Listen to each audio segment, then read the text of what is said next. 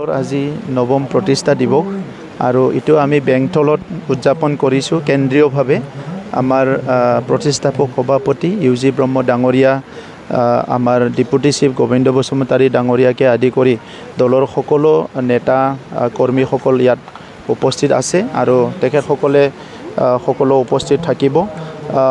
মূল কথা হৈছে যে 2015 চনত ইউজি ব্ৰহ্ম ডাঙৰীয়াৰ নেতৃত্বত UPPL দল দতমাত গঠন হৈছিলে।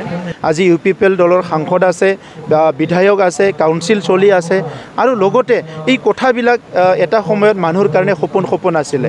আগতে যিবিলাকে চৰকাৰ চলাই আছিলে সেই সময়ত এনেকা এটা অনুভৱ হ'ল এই চৰকাৰটো কোনো গুচাব নোৱাৰিব আৰু এনেকা এটা অনুভৱ হ'ল ইয়াত কোনো কাম কৰিব নোৱাৰিব।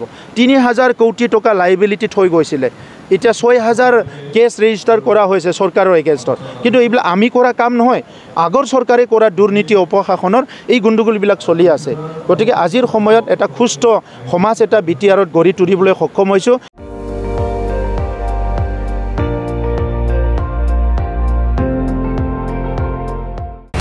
আপুনি চাই আছে ND24, সৰ্বশ্ৰেষ্ঠ নহয় সৰ্বোত্তমৰ দৌৰ।